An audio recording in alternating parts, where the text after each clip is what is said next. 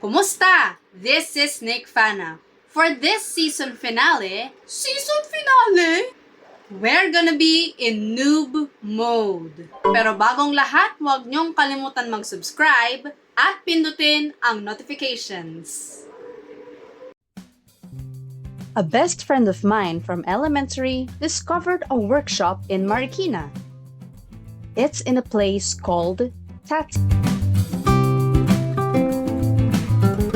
Bumungad sa amin ang mga kagamitang pang woodcraft at mga wood projects na ginawa ng mga naunang workshoppers.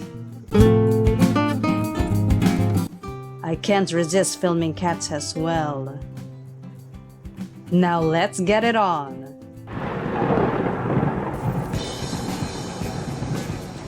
They have a wood buffet where you can choose a piece and let your imagination and creativity awaken. Just like when you collected a lot of Lego sets, you can make anything with different pieces. Since we are above 18, tinuruan kami ng mga basics at mag-a-assist sila kapag may katanungan or kailangan gumamit ng higit sa martilyo, pako, at glue guns. At first, parang ako naglalaro ng blocks ng kinder because I didn't know what to make yet. Then I came up with an idea to make a pen holder for my mother. Ako yung ito. Yan, oo nga, no, para pumantay man lang sila. Ay, God. Parang pwede nga na siya, yung calendar. Diba? Oo nga, no. Tapos lagyan mo dito ng base.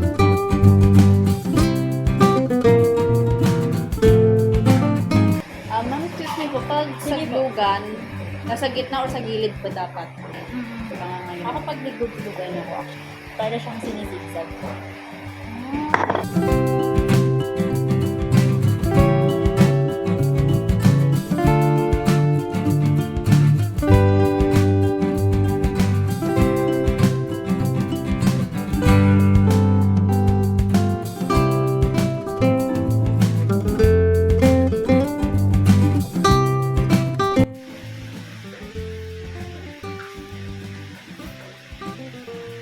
So, ito yung papuputulan ko to.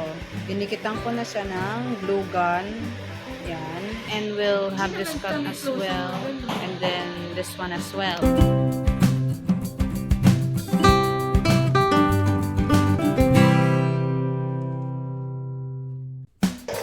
Salamat po.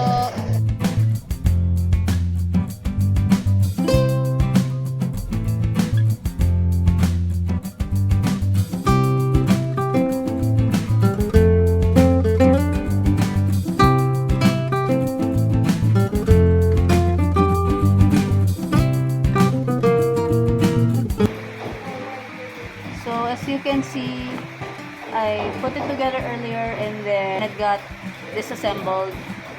And I realized, pwede palang manipis ang pen holder. Meanwhile, ang ginawa naman ng tropa ko ay isang plant pot holder. I-drill ata yan. I-detail ba? Kasi parang screw yung ano niya eh. Pasko, no? Ay, Opo. parang ano to? Hook. Diba Binuputasan ko muna. Oo, pwedeng gano'n, pwedeng gano'n. Sige, antay natin ko yan. Pag marunong eh. Ay, kasi first time kasi natin magganto eh. Nag-grab. Yung ano, DJ. Oo.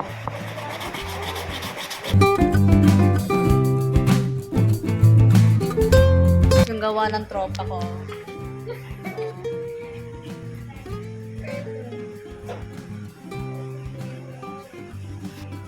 Pwede mo eh. Parang ano, string, tas may jewelry, diba, sa Okay. para cute. Karoon tuloy ng ano. Ano lang yan, abstract pot.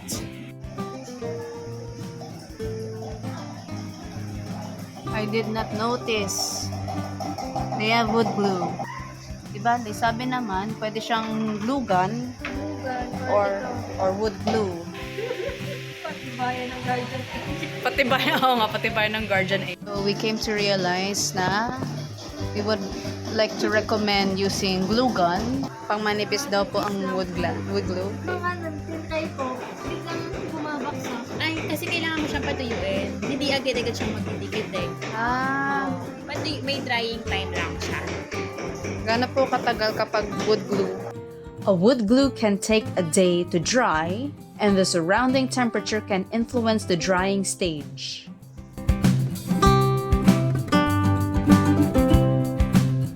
Wala, ano ginawa mo? Tumabing eh. Eh ano mo, try mo i-hook yung yan sa ano. Baka pwede pa. Pwede, ayan o. Baka pwede pa ilaban yan. Ayun. Yun. Kaya mo yan. Hindi, yan eh. Huwag mo na bitasan. Huwag mo daw butasan. Wait lang daw.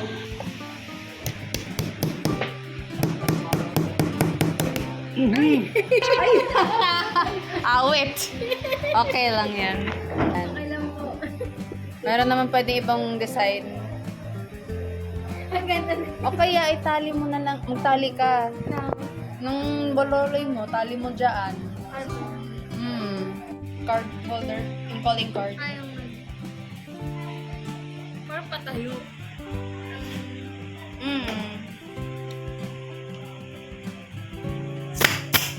Ay. Oh. Ay, pala. Pagulat eh. Nail gun pala yun. Salamat po. Ayun, ang aking finished product. Kasi ito naman yung gawa ng best friend ko. That's the plant box. Siya nag-drawing ng flowers. And gusto ko yung pagkakadrawing niya ng flower dito eh. Ayun, nakita ko na. Oh, salamat. Eh, maganda yung napili yung shapes. At tumungo naman tayo sa Fiesta Carnival sa Cubao, Quezon City. May mga rides at games nga doon. But there is one part of the carnival that caught my attention. Ang Roller Fever. Fan ka man ng K-pop or ibang music genre, welcome na welcome. Pay, sign a waiver, borrow skates and safety gears, at may coach ka pa if this is your first time.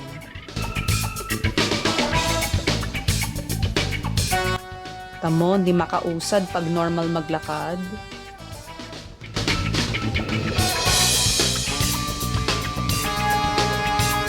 Here, I learned na pag nagsiskate ka, pasakang ang lakad.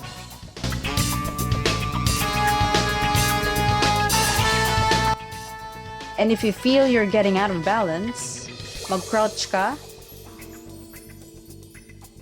then slowly stand.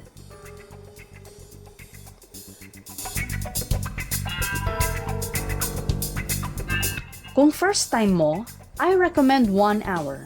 At least 30 minutes for learning and 30 minutes of practice.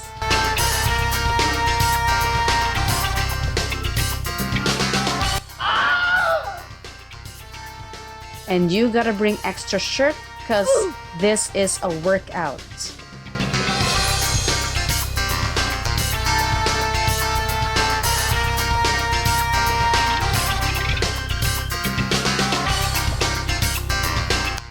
Oh, by the way, may snacks din sila.